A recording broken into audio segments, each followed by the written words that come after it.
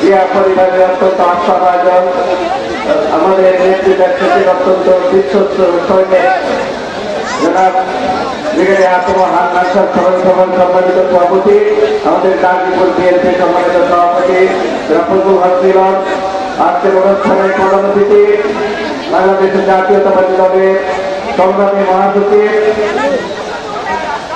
দীর্ঘকাল যিনি গণতান্ত্রিক আন্দোলনের জন্য সংগ্রাম করেছেন এবং সফল হয়েছেন, অত্যন্ত জননন্দিত জননেতা, যার মানুষের বাংলাদেশের মানুষের মনে কোথায় যার অবস্থান একটু ভিন্ন রকম, আমাদের শ্রদ্ধাভাজন মির্জা ফখরুল ইসলাম আলমগীর, সাবেক মন্ত্রী ও সাবেক এমপি, আমাদের মাঝে উপস্থিত আছেন কেন্দ্রীয় কমিটি বিএনপি কেন্দ্রীয় কমিটির কাজুজ্জামান রতন, বিএনপির সাংগঠনিক সম্পাদক ফেরুজুল্লাহ নেতৃত্ব, নজরুল ইসলাম আজাদ এবং আজকের অনুষ্ঠানের আয়োজক রিয়াজুল আহমেদ এবং তার সহকর্মী তার ছেলেও আছেন।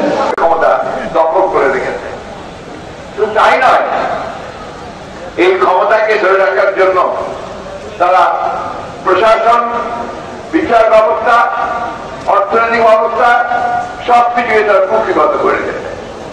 বিগত 18 বছরে তারা বাংলাদেশে দুর্নীতির নজিরবিহীন দৃষ্টান্ত স্থাপন করে। শেখ হাসিনা সরকার ধরে নিয়েছিল যে সে কোনদিন যাবে না,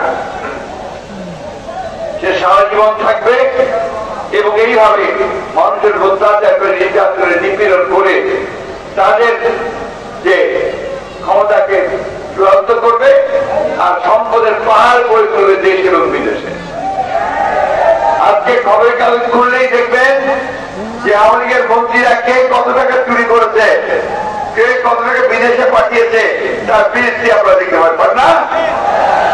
আর একটার পর একটা মন্ত্রী ধরা পড়ছে। আল্লাহ কি বিধান, যারা একদিন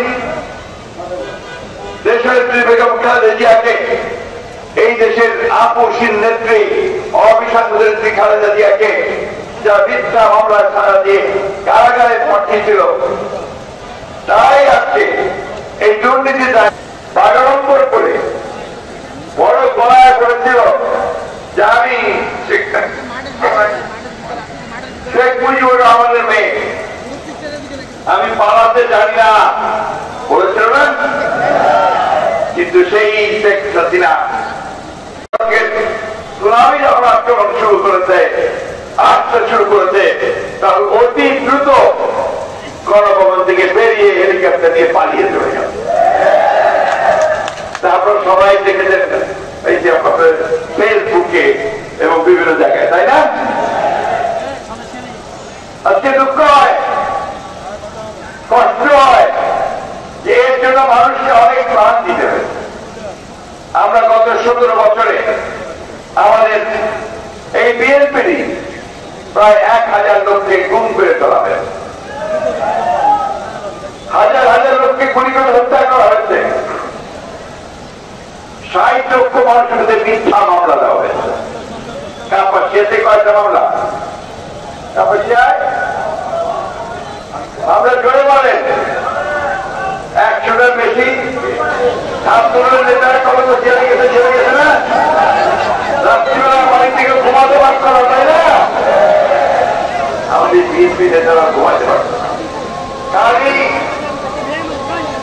কোর্টে যাও, হাজিরা দাও, আমার না হলে ওই পুলিশ এসে আবার ধরে নিয়ে যায়, আর টাকা চায়, টাকা নিতে না পারলে আবার আরো ধরে নিয়ে যায়, মামলা দেয়, ঠিক না? বন্ধুগণ, এই হান্নান সাহেব মারা গেছেন ভিতরে হাজিরা দিতে গিয়ে। হাইকোর্টে, ঢাকা কোর্টে যখন যাচ্ছিলেন তখন ওইখানেই তার হাজিরা ব্যথা শুরু হয়, তারপর তাকে হাসপাতালে নিতে তিনি চলে যান। ব্রিগেডিয়ার হান্নান সাহেবের সঙ্গে আমার জেলের মধ্যে একটা স্মৃতি আছে। আমরা একসাথে একবার গ্রেফতার হয়ে কারাগারে গেলাম। প্রথম আমাদের দেওয়া হলো ওই পুরনো নাজিমুদ্দিন রোডের কারাগারে। এটা খুব পুরনো কারাগার, জায়গা ছিল না, ছিল একসাথে আমরা প্রায় 15 জন নেতা ওখানে গিয়ে ঢুকছিলাম। যে ছোট্ট ডিভিশন আছে, মাত্র 10টা রুম, সেখানে জায়গা নাই। আমাদেরকে ধরো আরেকটা সেলের মধ্যে দেওয়া হতো। সেই সেলের বর্ণনা আমি করতে পারবো না। রাত্রিবেলা ওখানে আপনার শুধু আপনার ইঁদুর চিনেন, ইঁদুর টিকা টিকা টিকা বলে, সব দৌড়াদৌড়ি করে, ঠিক মতো বসে থাকা যায় না। সেদিন রান্না সাহেব বলেন যে চলেন আমরা কাজ করি, আমরা জেনারেলকে বলি আমাদেরকে কাশিমপুরে পাঠিয়ে দিই, কাশিমপুরটা অনেক বেটার। তো তারপরের দিন আমরা একসাথে কাশিমপুর কারাগারে চলে এসেছিলাম এবং সেখানে অনেকদিন একসাথে ছিলাম। বন্ধুরা, এই মানুষটি ছিল সত্যিকার অর্থে একটি গণতান্ত্রিক। যদি তার পোশাকে থাকতো সেনাবাহিনীর পোশাক তার চাকরি জীবনে, এবং তার চলাফেরা সত্যিকার অর্থে একটা ব্রিগেডিয়ারের মতো, কিন্তু মনের প্রাণী ছিলেন তিনি একজন গণতান্ত্রিক নেতা। আমাদের দলের প্রতিষ্ঠাতা, স্বাধীনতা ঘোষক শহীদ প্রেসিডেন্ট জিয়া রহমানের প্রতি তার ছিল